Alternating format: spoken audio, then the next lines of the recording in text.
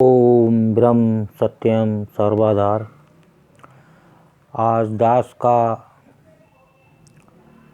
एक प्रसंग श्रवण करें।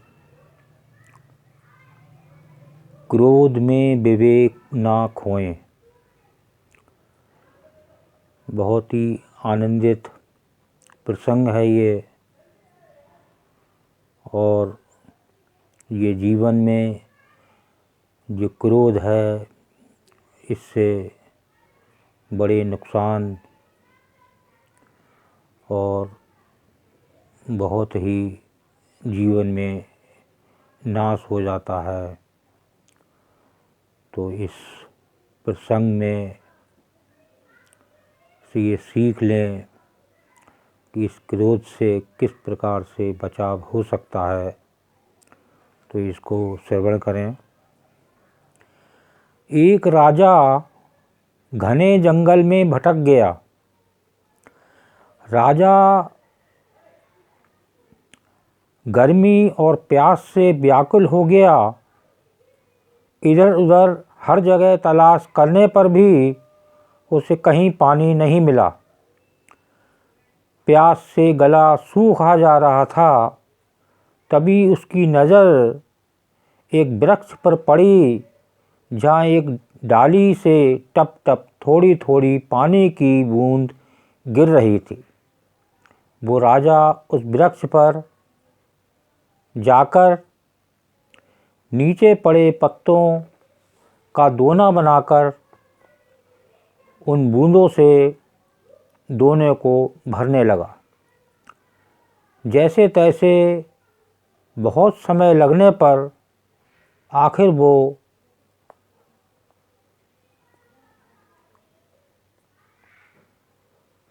दोना भर ही गया।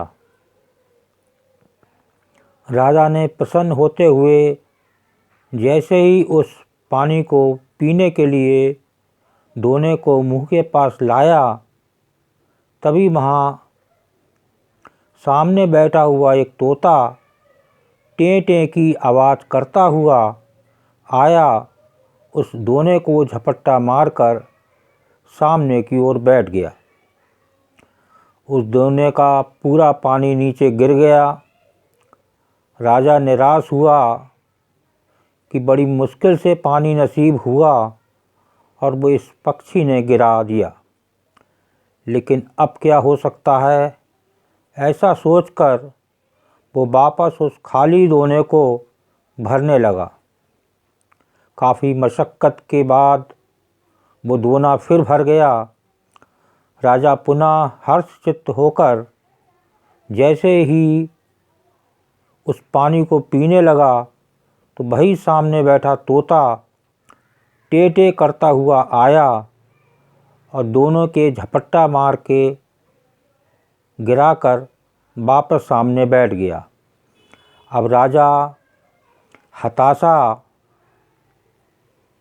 के वशीभूत हो क्रोधित हो उठा कि मुझे ज़ोर से प्यास लगी है, मैं इतनी मेहनत से पानी इकट्ठा कर रहा हूँ और ये दुष्ट पक्षी मेरी सारी मेहनत को आकर गिरा देता है। अब मैं इसे नहीं छोड़ूंगा।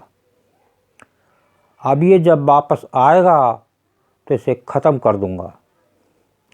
अब वो राजा अपने एक हाथ में दोना और दूसरे हाथ में चाबुक लेकर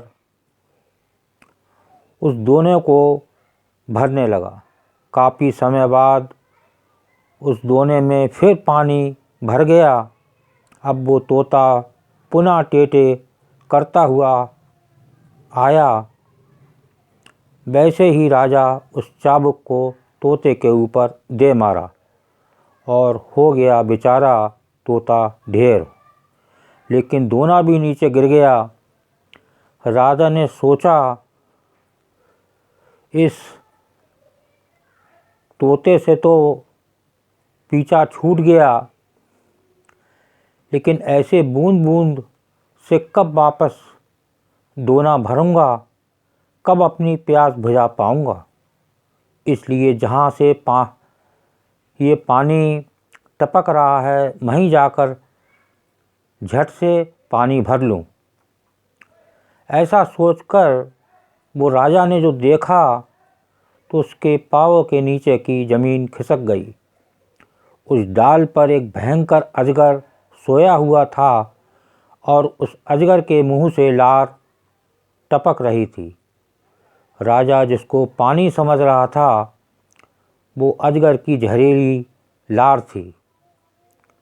राजा के मन में पश्चाताप का समंदर उठने लगता है। हे प्रभु, मैंने ये क्या कर दिया? जो पक्षी बार बार मुझे जहर पीने से बचा रहा था, क्रोध के वशीभूत होकर मैंने उसे ही मार दिया। काश मैंने संतों के बताए उत्तम क्षमा मार्ग का धारण किया होता तो मेरे हितैषी निर्दोष पक्षी की जान नहीं जाती। मित्रों, कभी कभी हमें लगता है अमुक व्यक्ति हमें नाहक परेशान कर रहा है, लेकिन हम उसकी भावना को समझे बिना क्रोध कर न केवल उसका बल्कि अपना भी नुकसान कर बैठते हैं, है ना?